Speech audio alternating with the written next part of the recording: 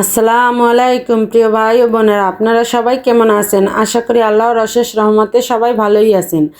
আলহামদুলিল্লাহ, আমিও আল্লাহর অশেষ রহমতে ভালোই আছি। আজকে আমি কাঁকরোল ভর্তার একটা রেসিপি নিয়ে চলে আসলাম। অনেক রকম তো কাঁকরোলের ভর্তা বানিয়ে খেয়েছেন, একবার এভাবে খেয়ে দেখুন, মুখে স্বাদ লেগে থাকবে।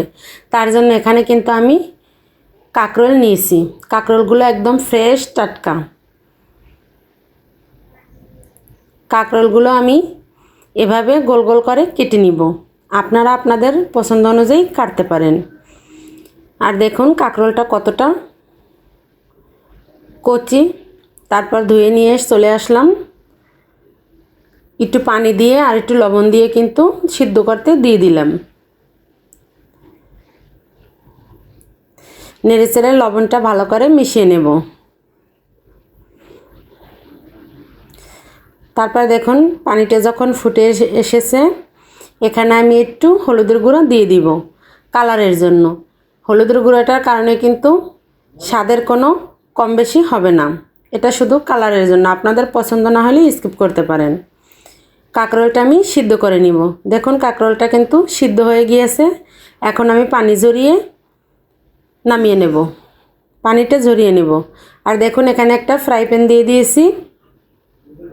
এখন এখানে আমি কিছুটা শুকনো মরিচ ভেজে নিব। আপনারা চাইলে কাঁচামরিচ শুকনো মরিচ দুটো দিয়েই করতে পারেন, বা শুধু কাঁচামরিচ বা শুধু শুকনো মরিচ, যেভাবেই করেন খেতে কিন্তু অসম্ভব মজা হবে, আপনাদের চয়েস অনুযায়ী। মরিচটা আমি ভেজে নামিয়ে নিলাম।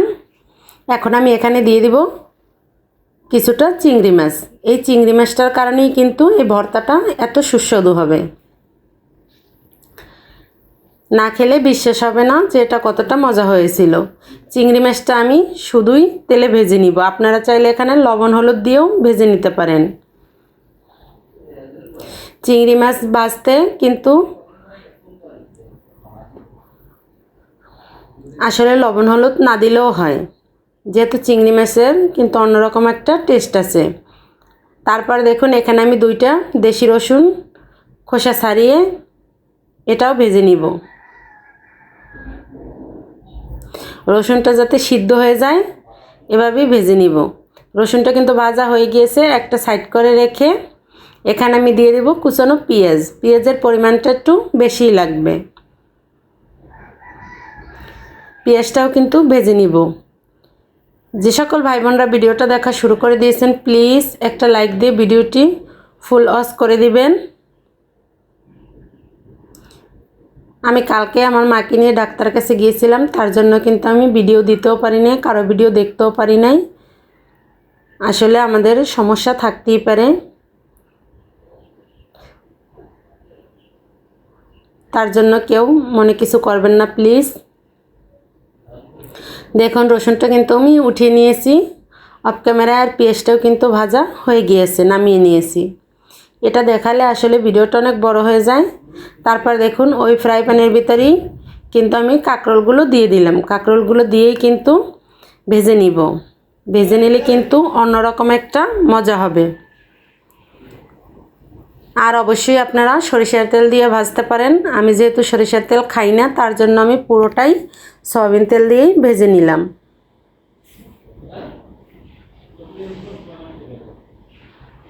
আর কাঁকরোলটা কিন্তু আমি একদম দাগ লাগিয়ে লাগিয়ে ভেজে নিব। নিশ্চয়ই দেখতে পাচ্ছেন যে কাঁকরোলের গায়ে কিন্তু দাগ লেগে গিয়েছে। সব কিছু ভেজে ঠান্ডা করে নিয়ে চলে আসলাম ভর্তা তৈরি করতে। এখানে আমি মরিচটাকে ডলে নিব। আমি এখানে অল্প একটু লবণ দিয়ে দিলাম। আর লবণটা কিন্তু অবশ্যই বুঝে শুনে দিতে হবে, যেহেতু আমি কাঁকরোল সিদ্ধর সময় লবণ ব্যবহার করেছি। মরিচটা আমি ভালো করে ডলে নিয়েছি। এখন কিন্তু আমি চিংড়ি মাছটাও একটু লবণ দিয়ে হাত দিয়েই ডলে নিব। চিংড়ি মাছটা কিন্তু আমি একদম ফিনিশিং করব না, একটু আস্তে আস্তে রাখবো। মুখে পড়লে কিন্তু খেতে অসম্ভব মজা হবে। আপনারা অনেক রকম তো খেয়েছেন, একবার এভাবে খেয়ে দেখবেন, বিশ্বাস করুন এর স্বাদ কখনোই ভুলতে পারবেন না।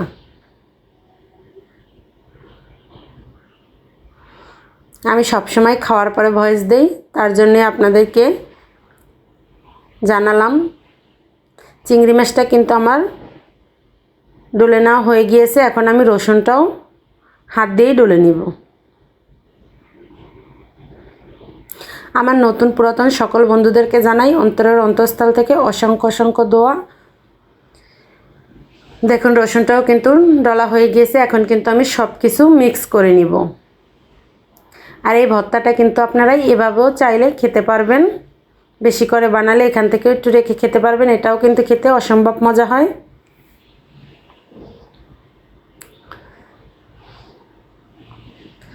সব মিশিয়ে আমি এখানে কাঁকরোলগুলো নিয়ে নেব।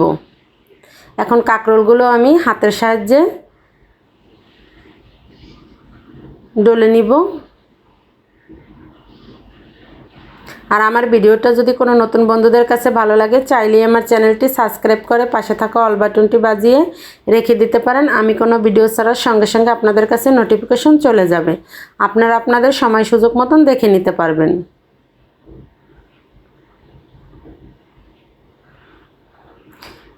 এখন কিন্তু সব কিছু মিশিয়ে নেব। আর এই পর্যায়ে আপনারা কিন্তু সরিষার তেল ব্যবহার করতে পারেন। আমি যেহেতু খাই না তার জন্য আর দিলাম না। ধনিয়া পাতারও ব্যবহার করতে পারেন যাদের পছন্দ। আমার ভর্তাটা তৈরি করা হয়ে গিয়েছে। আমি আপনাদেরকে একটা প্লেটে নিয়ে দেখিয়ে দিচ্ছি যেটা কতটা লোভনীয় হয়েছে। আর এভাবে যারা এখনও খাননি একবার হলেও বানিয়ে খেয়ে দেখবেন, খেতে কিন্তু অসম্ভব মজা হয়।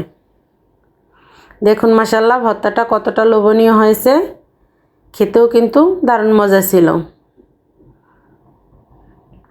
আবার দেখা হবে নতুন আরেকটা ভিডিও নিয়ে। ততক্ষণ সবাই সুস্থ থাকুন, ভালো থাকুন। সকলের জন্য দোয়া রেখে আল্লাহ হাফেজ।